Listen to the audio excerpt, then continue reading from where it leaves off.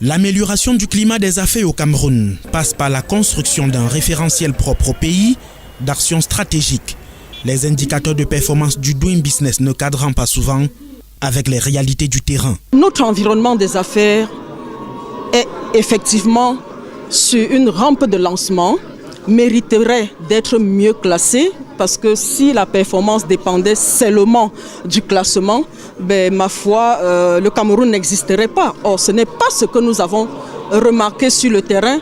C'est le constat d'une évaluation faite sur le terrain et contenue dans l'ouvrage Doing Business in Africa, analyse des performances du Cameroun sur les 10 dernières années 2008-2017, dédicacé ce 31 juillet à l'hôtel Hilton de Yaoundé. L'indicateur sur le climat des affaires affiche un score de 47,23 en 2017.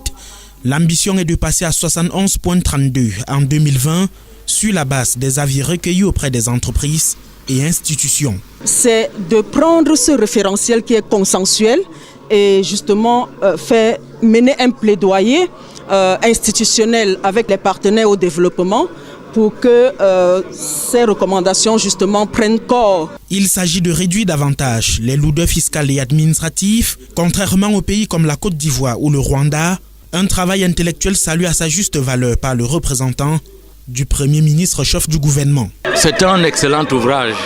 C'est justement ce que le chef de l'État demande aux universitaires, de mettre la main à la pâte, de travailler sur le réel, sur l'économie réelle.